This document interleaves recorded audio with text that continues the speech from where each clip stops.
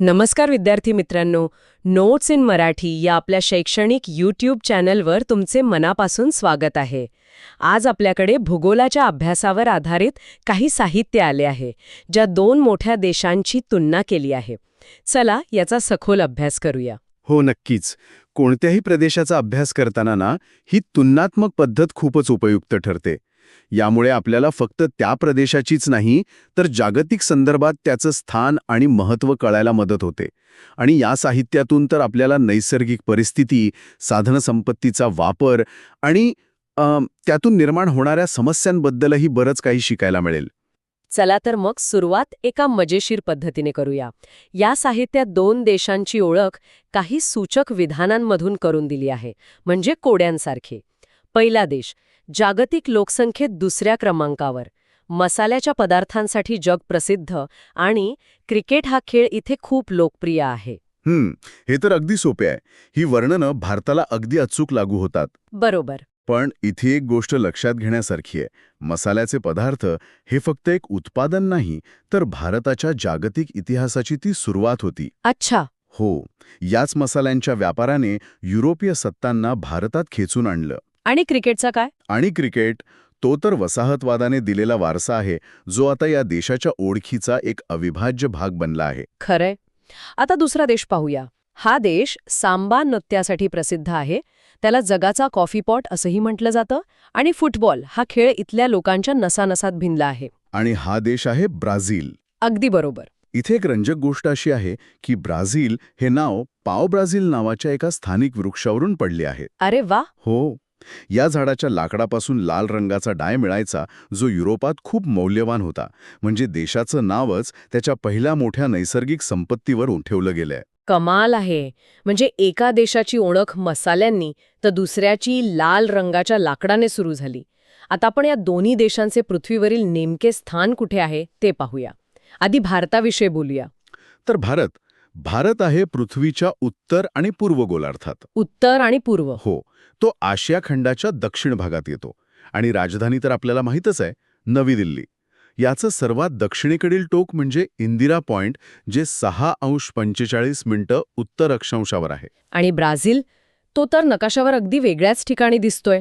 हो, आणि हेच तर विशेष आहे. ब्राझीलचा काही भाग उत्तर गोलार्धात असला तरी त्याचा बहुतांश भाग हा दक्षिण गोलार्धात आहे. अच्छा. आणि तो येतो पश्चिम गोलार्धात, दक्षिण अमेरिका खंडाच्या उत्तर भागात. त्याची राजधानी आहे ब्राझिलिया. म्हणजे दोन्ही देशांचे स्थान गोलार्धांच्या संदर्भात पूर्णपणे भिन्न आहे. अगदी. आणि फक्त स्थानच नाही, तर त्यांच्यातून जाणाऱ्या महत्वाच्या वृत्तांमध्येही फरक आहे. तो कसा? भारताच्या साधारण मध्यातून कर्कवृत्त जातं, पण ब्राझीलच्या बाबतीत त्याच्या उत्तरेकडून विषुववृत्त जातं आणि दक्षिणेकडून मकरवृत्त. एक मिनिट. म्हणजे एकाच देशातून विषुववृत्त आणि मकरवृत्त दोन्ही जातात. हो, आणि यामुळेच तिथे प्रचंड हवामान विविधता आढळते. यालाच अक्षांशवृत्तीय विस्तार जास्त असणं म्हणतात. कोणत्याही देशाचा वर्तमान समजून घेण्यासाठी त्याचा इतिहास पाहणे महत्वाचे असते. आणि इथे खरी रंजक माहिती आहे. भारताचा प्रवास कसा होता?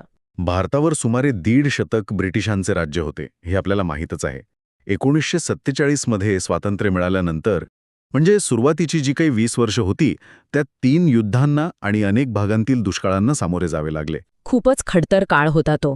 हो, या सर्व समस्या असूनही आज भारत एक प्रमुख विकसनशील देश आणि एक मोठी जागतिक बाजारपेठ म्हणून ओळखला जातो. आणि साहित्यात तरुण देश असाही उल्लेख आहे. अगदी. भारतातील लोकसंख्येत तरुणांचे प्रमाण खूप जास्त आहे, त्यामुळे भारताकडे तरुण देश म्हणून पाहिले जाते. बरोबर. आणि ब्राझीलची कहाणी काय सांगते? तिथे यापेक्षा वेगळी असणार. खूप वेगळी. ब्राझीलवर 3 शतकांपेक्षा जास्त काळ पोर्तुगीजांचं राज्य होतं. 300 वर्ष? हो, त्यांना स्वातंत्र्य मिळालं 1822 साली, म्हणजे भारताच्या खूप आधी. पण त्यानंतर, म्हणजे 1930 ते 1985 पर्यंत जवळपास 50 वर्षांपेक्षा जास्त काळ हा देश लष्करी राजवटीखाली होता. 50 वर्ष. म्हणजे ज्या काळात भारत आपली लोकशाही संस्था मजबूत करत होता, त्या काळात तिथे लष्कराचं राज्य होतं. बरोबर. आणि 20व्या शतकाच्या शेवटी जागतिक आर्थिक संकटातून सावरत आज जगाच्या आर्थिक विकासाला हातभार लावणारा एक महत्त्वाचा देश म्हणून ब्राझीलकडे पाहिलं जातं. या दोन्ही देशांमध्ये काही आश्चर्यकारक साम्य आणि भेद आहेत. उदाहरणार्थ त्यांचे स्वातंत्र्यदिन. हो, भारताचा स्वातंत्र्यदिन 15 ऑगस्टला असतो तर ब्राझीलचा 7 सप्टेंबरला. आणि त्यांच्या शासन प्रणालीमध्ये काय फरक आहे? दोन्ही प्रजासत्ताक आहेत, पण त्यातही फरक आहे. हो, आणि हा फरक खूप मूलभूत आहे. भारतात संसदीय प्रजासत्ताक शासन प्रणाली आहे. म्हणजे संसद सर्वोच्च असते. अगदी.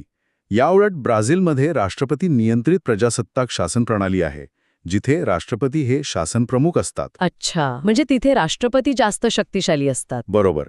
आता आकारमानाचा विचार केला तर कोणता देश मोठा आहे आणि अक्षांश वृत्तीय विस्तार कोणाचा जास्त आहे? मला वाटतं ब्राझीलच मोठा दिसतो नकाशावर. तुमचं मत बरोबर आहे. या दोन्ही बाबतीत ब्राझील भारतापेक्षा मोठा आहे. त्याचा अक्षांश वृत्तीय विस्तारही जास्त आहे. तर या चर्चेतून काय स्पष्ट होते की भारत आणि ब्राझील दोन्ही विकसनशील देश आहेत.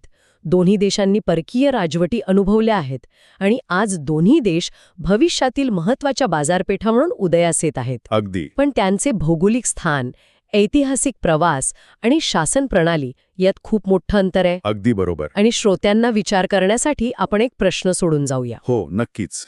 या साहित्यातून आपल्याला कळले की ब्राझीलवर पोर्तुगीजांनी राज्य केले, पण याच पोर्तुगीज सत्तेचे राज्य भारताच्याही एका भागावर होते. तर तो प्रदेश कोणता आणि तो पोर्तुगीजांपासून कधी मुक्त झाला, याचा शोध घेणं नक्कीच मनोरंजक ठरेल. छान प्रश्न आहे. यावर नक्कीच विचार करायला हवा.